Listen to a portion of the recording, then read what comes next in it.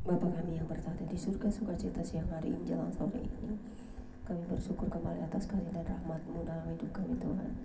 Kiranya Engkau selalu hadir di tengah-tengah kami, memberkati setiap pekerjaan tangan kami, memberkati ibadah kami, dan menerima pertobatan kami setiap hari. Kami mau hidup dalam cinta kasih-Mu. Kami mau berbuat baik kepada sesama, berbuat kasih kepada semua orang tanpa pandang siapa mereka. Karena kami adalah manusia yang sama di hadapan-Mu. Tuhan, terima kasih atas kebaikan-Mu memelihara hidup kami. Bila Engkau menjamah yang sakit, yang terluka, yang sedih, yang tidak punya apa-apa, kiranya Tuhan selalu hadir di tengah-tengah dunia ini untuk memberikan kepada kami kasih sayang yang abadi, seperti Tuhan mengasihi dan mencintai kami. Saat ini di siang hari ini dalam ibadah pribadi singkat kami memuji menyembah Engkau dan mau membaca firman-Mu. Kiranya Kau terangi hati dan jiwa kami selalu dengan Roh Kudus-Mu Bapa, supaya kami diberi hikmat pengertian yang baik dengan firman-Mu, supaya kami tetap berjalan di jalan lurus-Mu selama-lamanya. Dalam Yesus Kristus Tuhan dan Juru Selamat kami. Amin. Pembacaan kitab menjelang sore ini terambil dari 2 Tawaris 9 ayat 13 hingga dengan ayat yang ke-31 dengan perikop 13 hingga 28 dengan perikop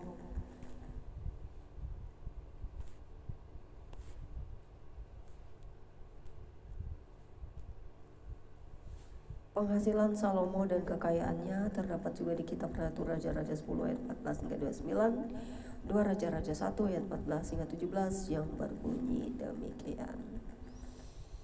Adapun berat emas yang dibawa kepada Salomo dalam 1 tahun ialah seberat 666 talenta, belum terhitung yang dibawa oleh saudagar-saudagar dan pedagang-pedagang.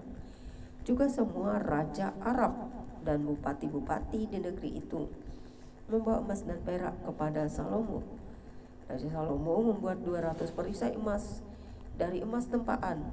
600 shikal emas tempaan dipakainya untuk setiap perisai besar. Ia membuat juga 300 perisai kecil dari emas tempaan. 300 shikal emas dipakainya untuk setiap perisai kecil. Lalu raja menaruh semuanya itu di dalam gedung hutan Libanon.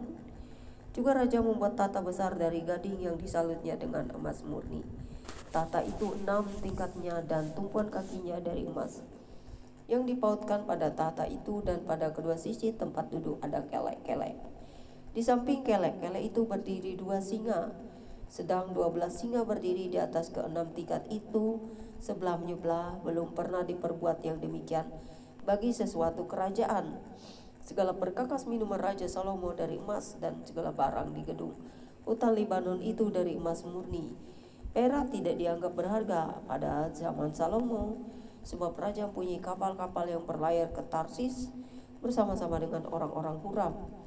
Dan sekali 3 tahun kapal-kapal Tarsis itu datang membawa emas dan perak, serta gading, juga kera dan burung merah. Raja Salomo melebihi semua raja di bumi dalam hal kekayaan dan hikmat. Semua raja di bumi berikhtiar menghadap Salomo untuk menyaksikan hikmat yang telah ditaruh Elohim di dalam hatinya. Mereka datang masing-masing membawa persembahannya, yakni barang-barang perak dan barang-barang emas, pakaian, senjata, rempah-rempah, kuda dan bagal. Begitulah tahun demi tahun. Salomo mempunyai juga 4.000 kandang untuk kuda-kudanya dan kereta-keretanya, dan 12.000 orang berkuda yang ditempatkan dalam kota-kota kereta dan dekat raja di Yerusalem. Dan dia memerintah atas semua raja mulai dari sungai Efrat sampai negeri orang Filistin dan sampai ke tapal batas Mesir. Raja membuat banyaknya perak di Yerusalem sama seperti batu, dan banyaknya pohon kayu ara sama seperti pohon ara yang tumbuh di daerah bukit. Kuda untuk Salomo didatangkan dari Misraim dan dari segala negeri. Demikianlah pembacaan kitab kita siang hari ini.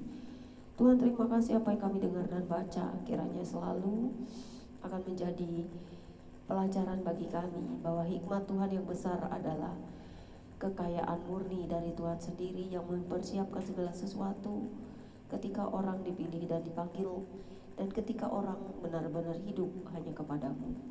Dan berkat itu selalu tercurah atas orang-orang percaya yang benar-benar tidak menyimpang jalan-jalannya, supaya tidak melakukan dosa dan kejahatan. Ampuni semua salah dan dosa kami Tuhan yang sering kami lakukan. setiap hari, baik melalui pikiran, perkataan, perbuatan kami. Tetap mengampuni, mengasihi sesama seperti Engkau mengasihi dan mengampuni kami. Karena kasih yang terbesar adalah jika kami diberi pengampunan, sama seperti kami mengampuni, mengasihi musuh-musuh kami dan mendoakan mereka. Dan jamaah yang sakit, pelihara yang terluka, pulihkan dan sembuhkan semuanya mereka. Dalam keadaan kami di dunia ini saat ini yang tidak baik-baik saja, hanya Engkaulah Tuhan, kekuatan dan sumber hidup kami. Kiranya Engkau selalu memberkati apapun yang kami kerjakan. Terpujilah Engkau Sang Raja yang Maha Kudus, Maha Kuasa, Maha Kasih, Maha Damai. Amin. Demikian pembacaan kitab kita siang hari ini, saudara-saudara. Tuhan Yesus memberkati. God bless you all. Happy Sunday. Selamat beribadah baik di rumah, di gereja, di semua tempat. Tuhan mengasihi saudara dan saya, Immanuel. Jangan lupa subscribe ya guys. Thank you. God bless.